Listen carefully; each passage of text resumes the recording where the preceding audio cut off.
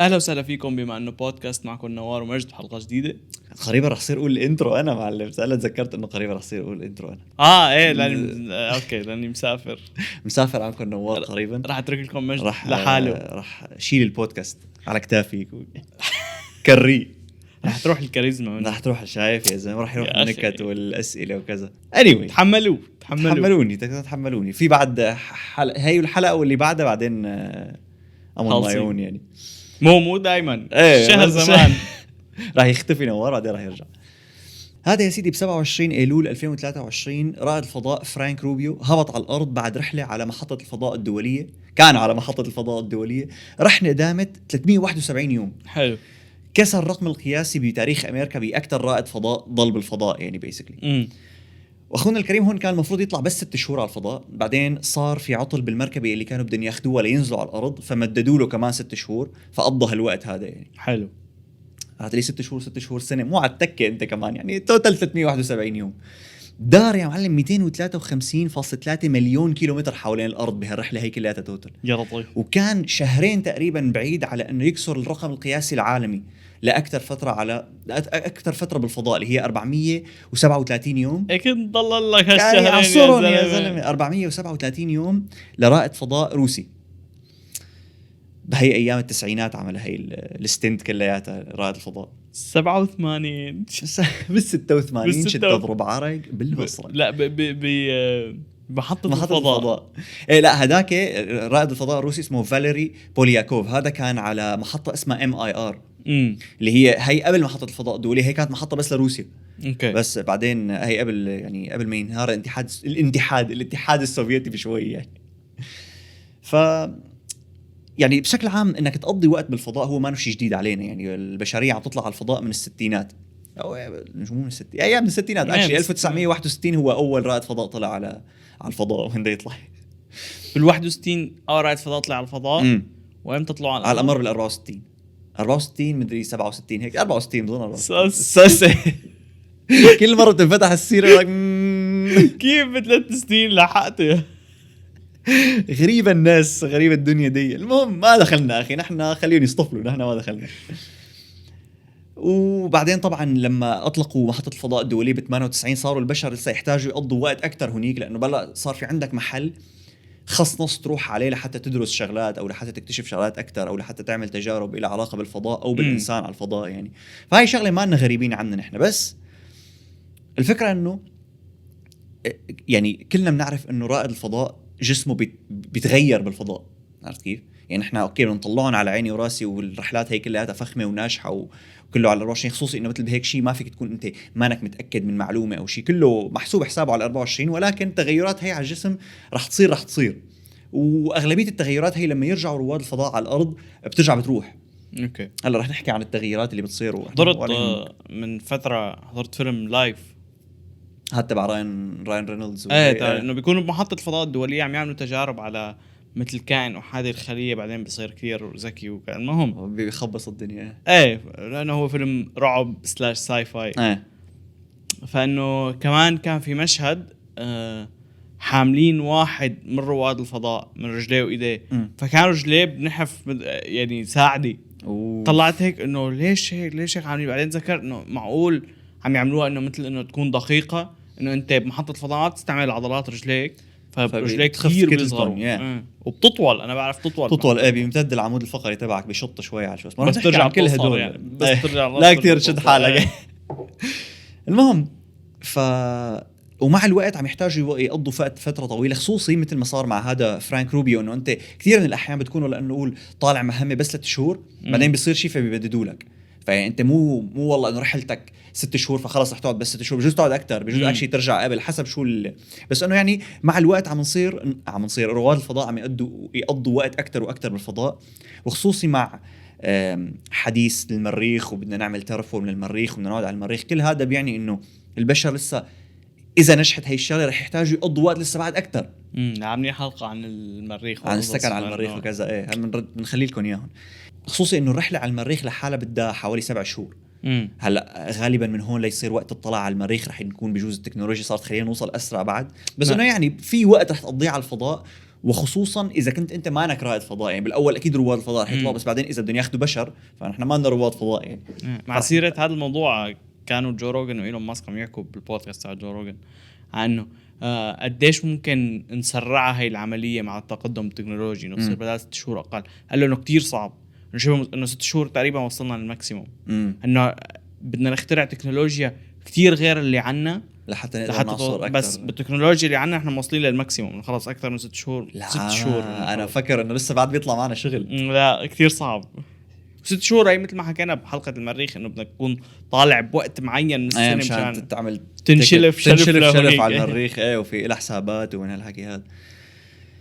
المهم فيعني اللي عم يصير هو إنه في كتير جهات اللي هن جهات اللي مثل ناسا ومثل جاكسا اللي هي وكالة الفضاء تبع اليابان، وفي واحدة بكندا، وفي عندك اليوروبيان سبيس ايج. هذول كلهم دائما عم يعملوا دراسات وابحاث لحتى يطوروا اكثر السفر على الفضاء ويعملوا اوبتمايز اكثر، يحسنوا انه حياه رائد الفضاء بمحطه الفضاء الدوليه، وهنيك لحتى يحاولوا يلغوا هاي التغييرات او لحتى يخلوها ما تصير اذا بيقدروا. يعني في كتير شغل عم ينشغل، خلوه as smooth as possible تماما. وهذا حديثنا بالضبط اليوم عزيزي المشاهد، انت اكيد قريت العنوان. فهو حديثنا عن كيف فيك تخلي البشر يتحملوا فترات اطول بالفضاء او سفرات اطول بالفضاء يعني.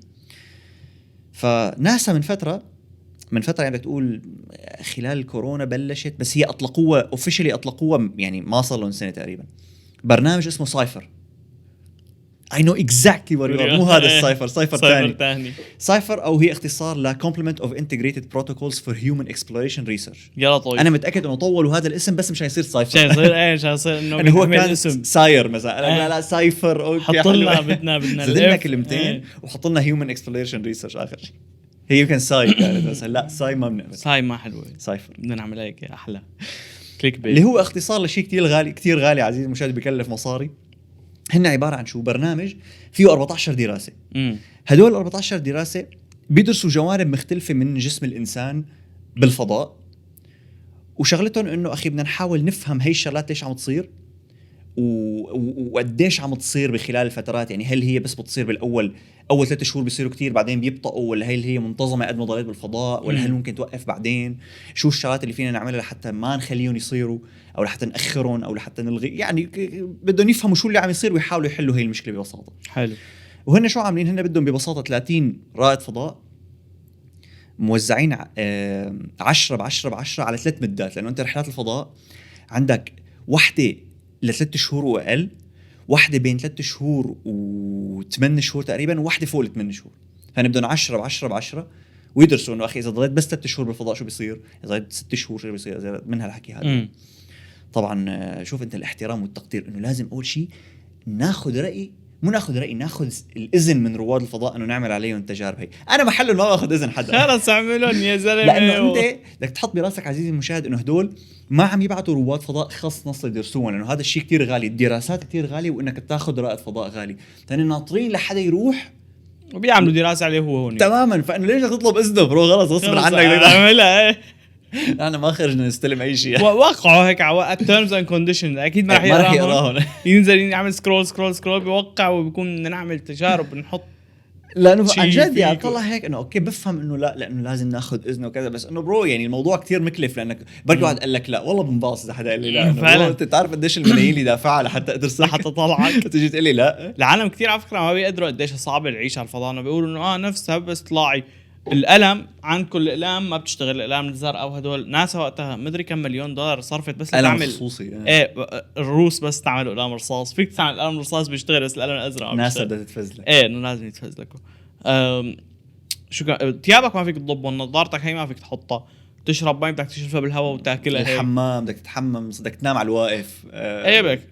يعني كثير شيء غريب. تخيل انت ولا شيء فيك تحط تقعد هيك الا ما لازم يكون مثبت. يا هاي الطاوله اذا بعملها وزد خالصين. خصوصي من فتره نزل الدحيح حلقه عن اليوم اسمه يوم في حياه رائد فضاء، فكان عم يحكي عن شغله كثير فخمه اللي هو الجانب النفسي.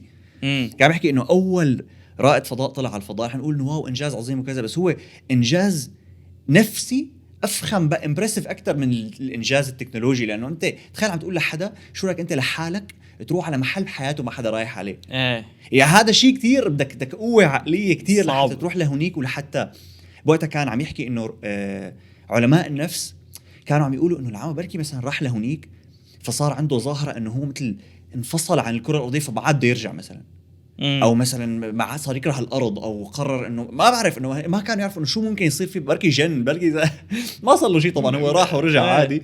بس انه في عندك هي الاسئله تبع انه هل ما بالك يطلعوا على القمر، تخيل انت طلعت على القمر وشايف الكره الارضيه هيك بعيده عنك، انه هاد شو ممكن يصير فيه، شو ممكن رد فعله بس ينزل بس كذا. فانه يعني هو مو بس عمل فيزيائي، هو عمل سايكولوجي، يعني انك انت تعمل هيك شيء. يعني تتخيل حالك بس طالع على محل تقضي فيه 6 شهور او سنه مثل ما قضى هاد محطه الفضاء الدوليه، هي شو غرفتين يمكن زاروبه لا هي كبيره بس هي ضيقه ستيل، والاكل يعني الاكل مقرف، اكل الفضاء اللي بياكلوه مره حضرت حلقه عنه انه كتير مقرف، مي مكرره ايه تخيل يعني حياتك كلها زباله، تخيل عم تشخ والشاش عم يطير هي النعم. عملها كتير، يعني كتير الحياه مزريه تعيش 6 شهور فيها، وانه ما عندك تسلاهي، ما بعرف اذا عندك اكيد عندك هي زائد القعده مع الناس اللي انت طالع معهم. كمان بنفس الحلقه عمك الدحيح بيحكي عن مع واحد بس ما هيز ذا ثينج، كان عم يحكي عن جاكسا اللي هي وكاله الفضاء اليابانيه. كيف بيعمل شو البروسيس تبعهم ليختاروا رائد فضاء. انه انت مثلا ما فيني لك انه نوار انت فضاء يلا تعال، لا ما انا مثلا بعد 5، فبيتاكد انه هدول ال5 يعني من ناس منسجمين مع بعض لانه انت في ظاهره نفسيه انه انت بعد 6 أسابيع مع حدا بتصير تخلق مشاكل معه. عرفت كيف؟ اذا قاعد معه بنفس المكان 6 أسابيع بتصير بدك سبب لتتخانق معه، خصوصي اذا مال بتصير انه بس بدك شيء شو هو عمل. عرفت كيف؟ فما بالك ليش مش لابس طاقية، فما بالك قاعد معه مثلا سنه وما في والله نازل على السوق مشان تهرب او طالع على البلكونه ولا تحط سماعه وانت انه 6 سنه كامله قاعد قدامه. عرفت كيف؟ فانه هي لحالها بدها تدريب، وبيخلون يعملوا تيستات انه مثل قال شو بيخلون يعملوا اوريجامي اللي هي انك تعمل اشكال بالورق. بيخلوك تعمل مثلا 1000 وحده، كل واحد يعمل 1000 وحده نفس الشكل. بعدين بياخذوا هدول 1000 وحده وبيبعتوهم لعند دكتور نفسي يعاين الفرق بيناتهم لحتى يشوف انه هل مثلا لما انزركوا بالوقت تغيروا، هل لما عصب انه اذا صار في كتير تغيير بجوده الاوريجامي على مدى وحده معناتها هذا مانو ستيبل، مانو هيك رايق، انه دغري بيعصب فبصير شكلهم بيخري.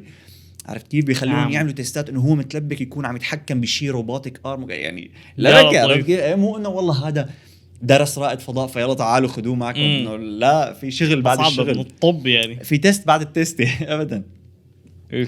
هي غير التستات الفيزيائيه على جسمهم. انا تبع الجي فورس ولازم يكون طير بالهواء. وفي مره عامل فيديو انا شورت انه كيف بيتدربوا لما طلعوا على القمر. فهن في عندهم مسابح كتير كبيره بيلبسوك بدله الفضاء وبيخلوك تقعد بالمسبح ساعات لحتى تتعلم تمشي عم يحاولوا يعملوا مثل الزيرو جرافيتي. عرفت كيف؟ في عندك هدول، في عندك السبيس ووكس اللي هو انك تطلع تكون مربوط على سفينه الفضاء. كمان هي عامل فيديو عن اول شخص عمل سبيس ووك، شيء يعني لبكه كتير طلع لهنيك. وكل هذا وبترجع على جسمك بهوي وعيونك بهوي ودمك ترجع متوك يعني بعدين ونحن اللي بنكسب، انت ما تكسب شيء. وعضلاتك صفر، يعني تخيل ما عم يا اي شيء بدك تحمله ما له وزن، صفر، وزنه صفر. ان شاء الله بتكون سياره فيك تنقفها فيش بتطير. تماما تماما. اكشلي على سيره العضلات يعني بتخسر حوالي 20% من من الكتله العضليه تبعك بس باول اسبوعين. يا لطيف. تمام. وعلى مدى 3 ل6 شهور وبتوصل لشيء 30%، اللي هو هذا شيء انترستينج. لاحظته بكل الخسارات اللي بتخسرها انه هن بيصير خساره كبيره باول فتره قصيره بعدين بتبطأ مع الوقت. اوكي. المفروض هي سايفر عم يحاولوا يلاقوها بس ابيرنتلي ملاقيه اوريدي، ما بعرفش عم يحاولوا يلاقوها. حاولوا يلاقوا شغلات. في فيلم كتير حلو ما اعرف اسمه، يعني يعلق اني عم بجيب كثير اسماء افلام اللي بدايه يمكن انا اعرف اسمه. هذا الولد اللي بيكونوا هن مثل رواد فضاء على سفينه او بالمريخ او ما اعرف وين، بظن بسفينه فضاء بس بعيده شوي عن الارض. فبيخلق طفل هنيك من اثنين، ابوه وامه بيكون رواد فضاء، بيخلق هنيك وبيضل هنيك. اخر شيء بس يصير عمره شو بعرف 18 يمكن او هيك شيء، بيرجعوا على الارض. بيرجع على الارض فتكون حياته كتير غريبه وما عرفان يتواصل مع العالم. منظره شوي غريب لانه مثلا كثير طويل هو، خلق بزيرو جرافيتي. فحاب عن جد اعرف اذا حدا خلق هنيك كيف جسمه بيتغير على ما يكبر، انه اذا كبر على محطة الفضاء انه معقول يكون شكله كثير مو بشري يعني. هي غير مثلا مين شو جنسيته مثلا انت بالفضاء. فانت يعني مثلا انت لنقول هلا نحن سوريين، اذا انت تجوز لنقول انت ما معك جنسيه، نحن معنا الجنسيه الكنديه بس نقول ما معنا الجنسيه الكنديه، اذا خلق ولد بكندا فاوتوماتيكلي معه الجنسيه الكنديه. اذا خلق ولد بالفضاء جنسيه مين معه؟ عرفت كيف؟ اكيد معه جنسيه اهله، بس غير هيك شو جنسيه مين بياخذ؟ خصوصا انه يعني محطه الفضاء الدوليه هي للكل، هي ما أنا بس لامريكا، امريكا وروسيا للكل هي. عرفت كيف؟ هو بنائي ما بعرف أو شو بيصير مثلا. او نفس السؤال اذا ولد بالطياره مثلا، ولد حزين هو امريكي بس ولد فوق سوريا مثلا. يمكن مره طلع لي فيديو عنه انه اكشلي انت بتاخذ يمكن جنسيه البلد اللي كنت فوق وقت اللي خليت، مدري جنسيه البلد اللي رايح عليها، انه هي ملاقين لحل يعني. هي اكشلي اذا خليت على الطياره في لها حل، بس تبع الفضاء ما بعرف شو الحل تبعها هي. بيلاقوا لما او يمكن ما مو مفكرين الموضوع لانه حياته ما يبعثوا وحده حامل. هي اكيد، بس انه يعني او اذا حبلت بينزلوها بتبص تحت. ليش اساسا معقول يلي بيخلق على محطة الفضاء يكون أذكى؟ لأنه اسمع يا أخي اسمعني، ماذا إيش الضحك؟ كمل نظريتك بس. لأنه ما في جاذبية فبيصير في دم أكتر عم يطلع على مخه. منيح اللي ذكرت هاي النقطة، لأنه واحدة من السايد افكتس اللي بتصيبك هو مزبوط، الدم بيصير يطلع على راسك أكتر. بس لقوا إنه مستوى ذكائك ما بيختلف عن حدا على الأرض، لأنه عملوا دراسة على حدا فلو إنه تقريبا مستوى ذكائه رح يكون مو ذكائه الكوجنيتيف ابيليتيز، يعني اذا اعطيتك مساله رياضيات وانت هنيك فرح تكون نفس حدا عم يعملها على الارض. بس يلاقوا انه بس ينزل، اول ما ينزل اول شيء 3-6 شهور بتكون اكشلي الكوجنيتيف ابيليتيز تبعته اوطى، يعني بيكون اصعب عليه انه يعمل هي المعادلات والحل والكذا، بعدين بيرجع بيتحسن بيرجع طبيعته. فانت اذا حدا بيخلق هنيك يا رح يكون ذكائه نفس ذكائنا، يا يمكن يكون اغبى بشوي، يعني انه ما بظن يكون اذكى. انا بس احنا شفناها على حدا متطور مخه اوريدي بس عم تعطيه دم زياده، بس ما جربناها حدا ومخه وهو عم يتطور عم تعطيه دم زياده. بعدين شفت قديش اجسامنا عم تتعود انه انت بتطلع دغري بتخسر 20% من العضلات تبعك وخلص جسمك بيتعود بعدين، او يلي هو بيصير شيء معين بعدين جسمك بيتعود بعدين بتطول جسمك بيوقف يطول. انا بتحس انه احنا ديزاين لنكون بالفضاء، انه جسمك بده كم هيك شويه فتره بعدين بيتعود. فبلكي اذا حدا خلق هنيك كتير بيكون شكله غير، بيكون مستوى ذكائه غير، ويكون ممكن يكون جسمه كتير مبرمج على الفضاء. يعني انا على هوا هالنتفه المعلومه ما فينا ناخذ قرار نهائي لو نحن ما بنفهم بالموضوع، يعني عندنا هي المعلومات بس على هوا هالمعلومات بتخيل يكون الشخص مايل على انه يكون أسوأ من البشر اللي على الارض على انه يكون احسن. لانه يمكن يكون اذكى ضعيف كتير. طيب جسديا اكيد رح يكون ضعيف كتير جسديا، يعني تخيل انت ناتع كتله مو كتله كثافه عظامك بتخف بمعدل 1-2% بكل عدد اشهر بكل شهر، يمكن لازم مسجلها هون يمكن 1-2% بكل شهر. فتخيل انت الانسان اللي عايش على الارض والكبير بالعمر بيخسر من 0.5% ل1% بالسنه من كثافه عظامه. فانت يعني ما ابدا ما بظنه يكون قوي يعني، وذكي ما بتخيل يكون اذكى بكثير من هون، اذا رح يكون اذكى بكثير. انا بتخيل يكون اذكى بس بتخيل يكون يعني ضعيف لدرجه انه ما فيه يتحرك. يعني اذا بتنزل فوق بيكون مثل كانه نحن تحت، يعني فيه يتحرك اذا مو اسرع، عرفت كيف؟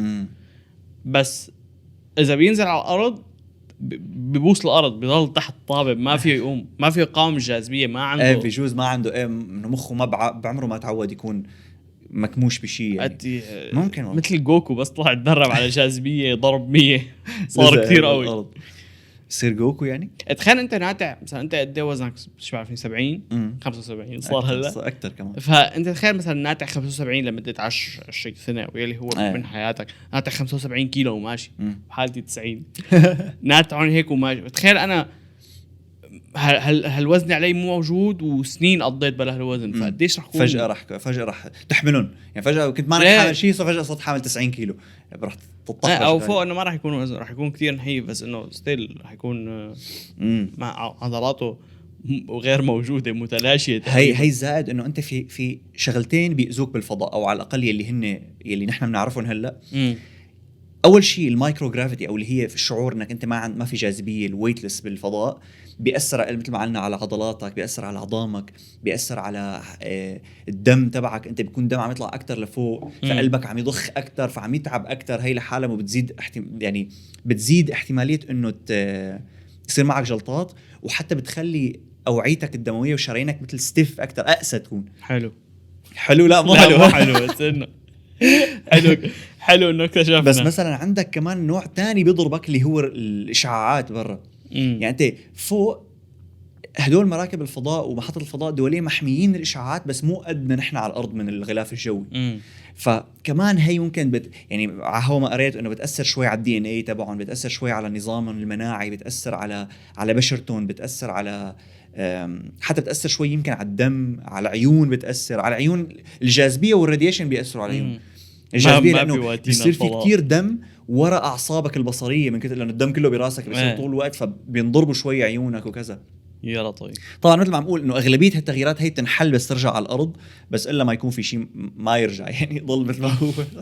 حسب جسم الانسان كمان شو اجباري بده يضل في شويه اضرار يعني. ممكن والله الله يستر، خصوصا من الاشعاعات، انه الاشعاعات خلص اذا تاذيت انه انت اذيت ما بالضبط.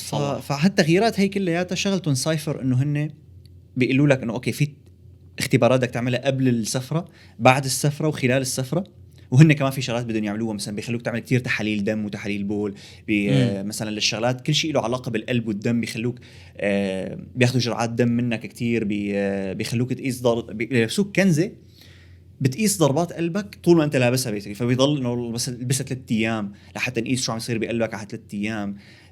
بيشتغلوا على كيف بدهم يقيسوا قوه عضلاتك بالفضاء، لانه هن بيعملوا تمارين بالفضاء. باي ذا واي مع تمارين الفضاء هي بيخسروا 10% من كتلتهم. هي مو والله اذا كنت قاعد تموت ايه، انه انت بدون ما تكون قاعد عم تخسر كل هدول. فبيشوفوا انه بيحطوا اذا عم تسال كيف بيعملوا تمارين بدون جاذبيه، مثل بيحطوا مطاطات، يعني المطاطات فيك تعمل مقاومه. ايه في عندك تريدميل اللي هي بتركض عليها الى شرطان مثبتيتك لحتى تركض، او هدول المطاطات اللي لهم مقاومه هيك بتشدهم هيك، او بتعمل فيهم تمارين انه لانه ما فيك اجين مثل ما كان ما فيك تشيل وزن، فشو بدك تشيل؟ ما في وزن لتشيله يعني.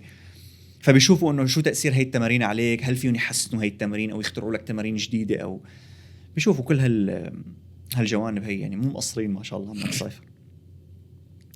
حتى طلع في تغييرات بتصير بالبكتيريا المفيده اللي بجسمك. انت في عندك بكتيريا منيحه، حتى شافوا انه في تغييرات بهي بتصير. هلا هي ممكن تكون من الاشعاعات، او ممكن تكون ببساطه لانه انت الاكل اللي عم تاكله هنيك زفت، فيعني انه هو مو انت بس اكلك بيهوي فتغير. يعني ممكن على الارض اذا بتاكل هذا الاكل يصير معك نفس التغييرات، بس انه في يعني كتير التغييرات اللي بتصير اكثر بكتير من الشغلات اللي نحن بنتوقعها. انه انت بتخيل بس جاذبيه انه عضلات وعظام وكذا، بس هن لا يعني بيرجعوا متوكين ما شاء الله.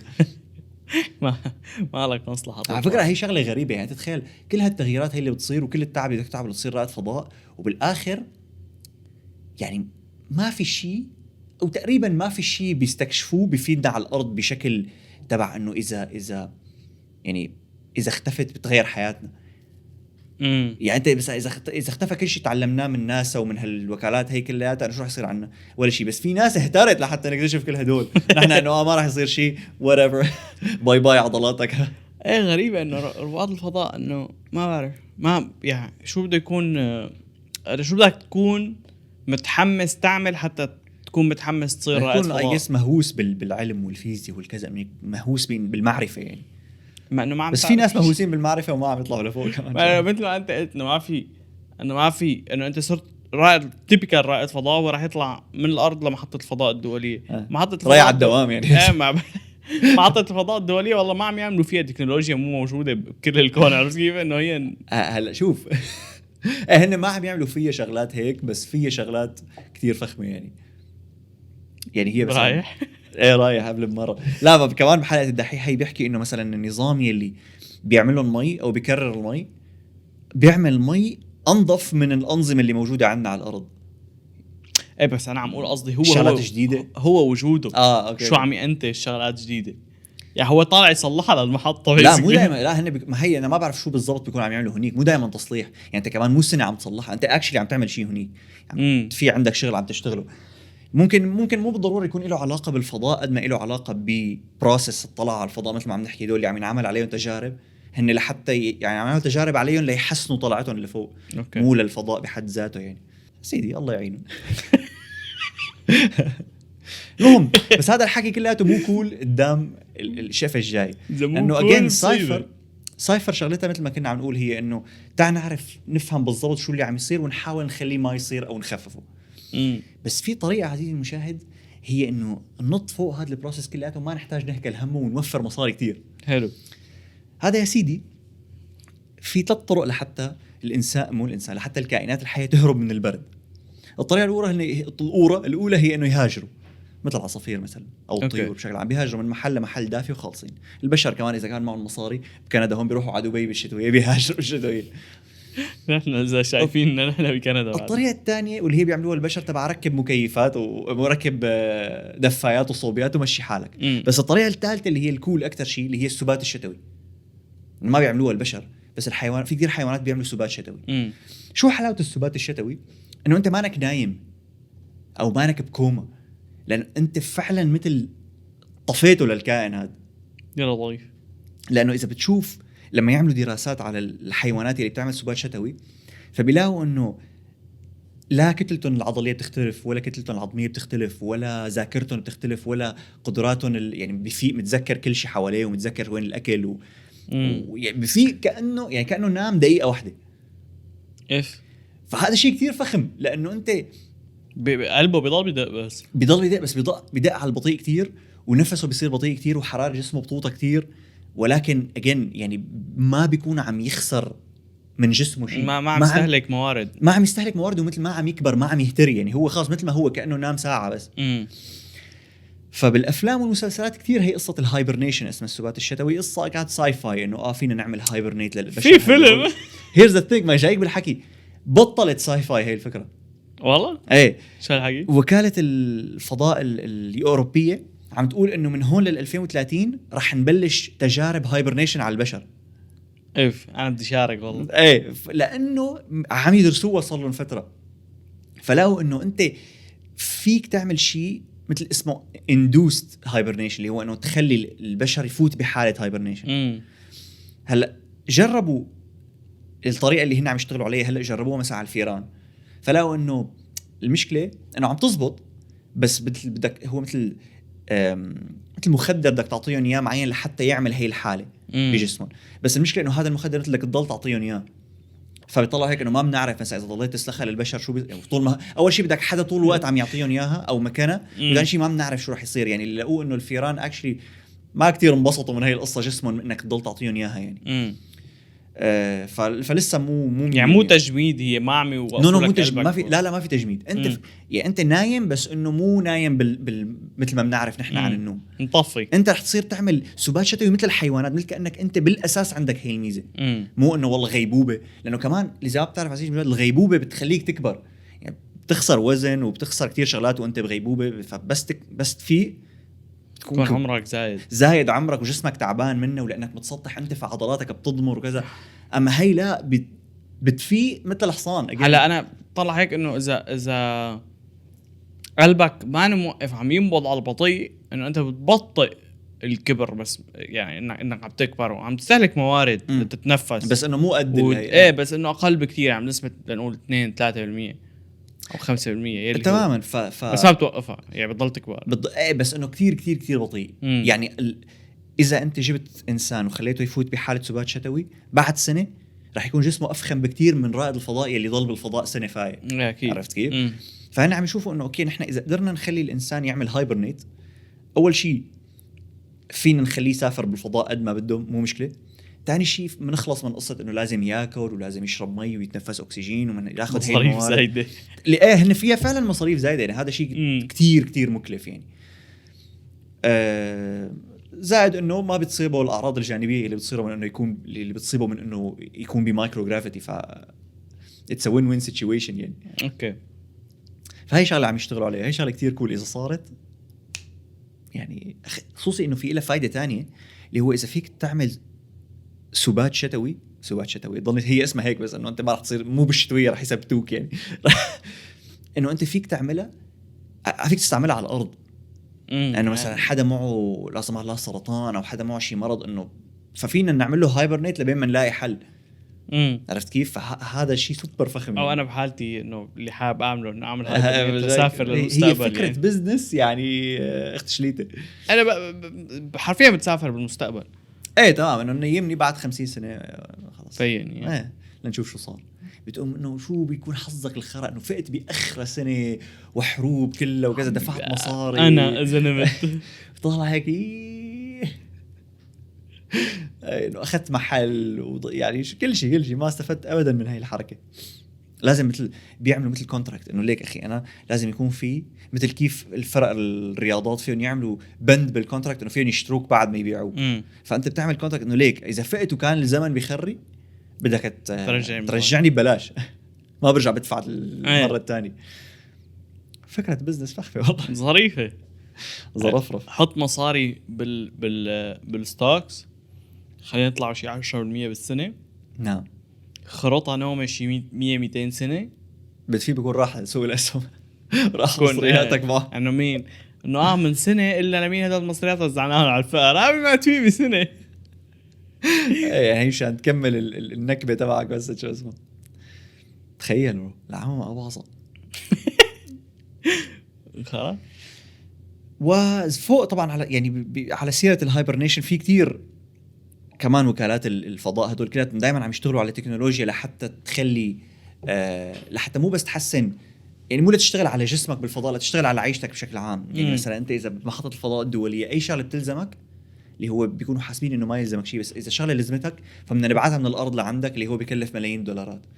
فمثلا واحده من الشغلات اللي عم يشتغلوا عليها هي انه 3D printing طباعه ثلاثيه الابعاد بالفضاء.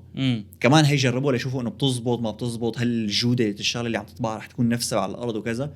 ولحد هلا انه كله تمام.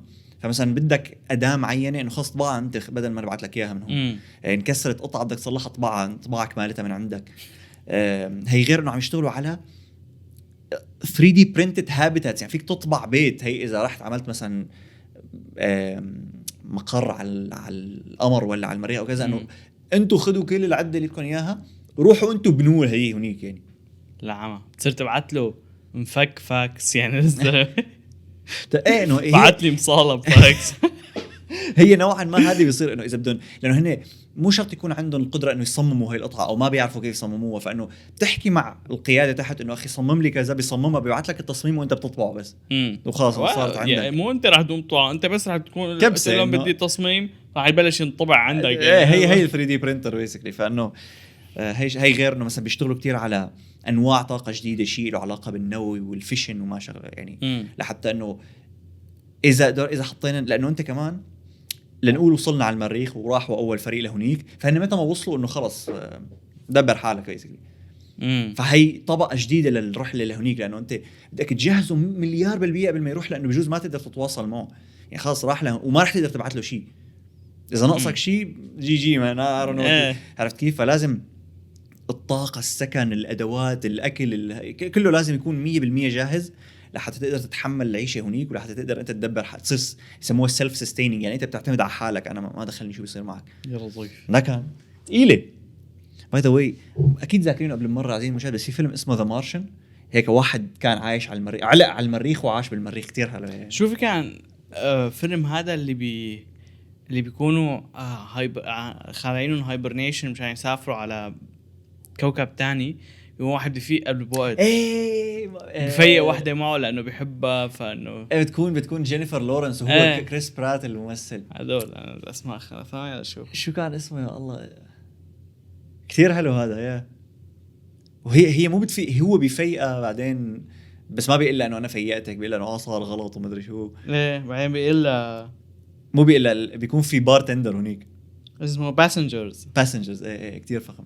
هي بيكونوا هيك اخذين شقفه من الشعب وانه حاطين هايبرنيشن ومسفرينه على غير محل. وتكون المركبه فيها يعني بتكون مخدمه على الاخر، مو والله محطه فضاء دوليه، بتكون اكشلي مركبه محترمه. بعدين هن بس يفيقوا، هن كمان بيزرعوا شغلات وبيعملوا يعني بيعملوا اضافات عليها هي شيء كتير فخم. بعدين بيلاقوا ما خلص انسى يعني عملنا سبويلر لنص الفيلم بس انه خلص. المهم كتير فخم هذا حلو. حضروا.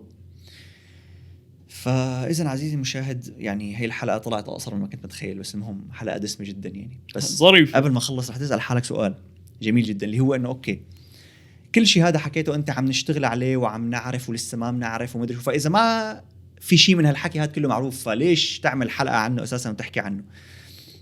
لانه عزيزي المشاهد في شيء كتير فخم بانك انت تكون مثل شاهد على تطور جانب معين من العلوم. لانه احنا اغلبيه الشغلات اللي حوالينا خالصه اوريدي، بجوز عم يطوروا عليها بس انه بنعرفها كلياتها. نعم. فنادر انك تكون انت عايش بمرحله انه ليك هي الشغله ما أنا معروفه، طاقه جديده. ايه ما أنا معروفه هلا، بس من هون يعني قبل ما تموت رح تصير معروفه. هي النقطه حكاها الدحيح بحلقه السايكيديلكس اللي هو كنا بدنا نعمل حلقه عنها بس كنا خايفين انا ونور نقرا عن السايكيديلكس من زمان، قام سبقنا هو. فكان عم يحكي هيك انه هذا لساته علم كتير جديد وحلو انك تكون شايفه عم يكبر ويتطور اكثر قدامك يعني. وهي نفس الشيء انه هي كل قصه تطوير حياه البشر بالفضاء والهايبرنيشن والتكنولوجيا اللي ممكن مو بس تستعملها بالفضاء، ممكن تصير تستعملها بالارض وكذا، هي كلها انه هلا ما أنا معروفه بس قبل ما نموت رح تصير شغاله ومعروفه، ورح تصير تقول انه تذكروا ايام زمان، مثل لما كنت شاهد على ميسي لما روح كاس العالم تماما. يعني هذا حدث تاريخي كنت عايش، بدك تقول لاولادك انا شفته لميسي وعمي، او ابوك بس يقول لك انه ايامنا كان في تلفزيونات بعدين طلعت تلفزيونات سوداء وبيضاء وبعدين هو شاف البروجرس انت ما شفته. نحن كمان جيل التسعينات هلا احنا ما يعني اواخر التسعينات بسوريا كمان شهدنا الانترنت. نحن بس خلقنا ونحن وصغار ما كان في شيء اسمه انترنت. يعني انا بتذكر اول مره كتبت اسم رونالدينيو على جوجل وضليت ناطر شي ربع ساعه طلعت هيك فيني طلع صوره رونالدينيو بيني اكتب اسمه شو هذا. انه الفكره انه كان في انترنت بس مو بسوريا وقت اللي خلقنا بعرف عشان هيك عم اقول لك نحن شفنا هاي النقله تبعنا ما كان في سوريا ما كان في انترنت بعدين صار في انترنت. هيدا يعني وي وابو ما عم بفهم هدول الاصوات على خط التليفون بتشتري البطاقات والانترنت سوبر بطيء. وقتها كتبت يعني كنا نيجي انا ورفقاتي نقعد على كمبيوتر واحد بس مشان مثلا نكتب انه جون سينا كرة كأس العالم او جون سينا ونستنى شيء حرفيا شي 10 دقائق ليعملوا لود الصور ونطلع هيك واو انه فينا نشوف صور. انا اكشلي بعرف كان مثل الاي اي هلا. انا بعرف قصه الاصوات اللي عم تطلعها، بس احنا لما ركبنا انترنت بالبيت كانت هي خالصه اوريدي. يعني احنا كان اجانا الانترنت الفخم. انا ما في هي كنت الفخم يعني كنت يا دوب معاشره حتى بعدين اجى دي اس ال ار ما ادري شو هذا دي اس ال ار بدك توصل دي اس ان ما بعرف شو دي اس ال ار. لا دي اس ال ار هي كاميرا. دي اس ال ار كاميرا. دي اس ان يمكن اي ثينك دي اس ان.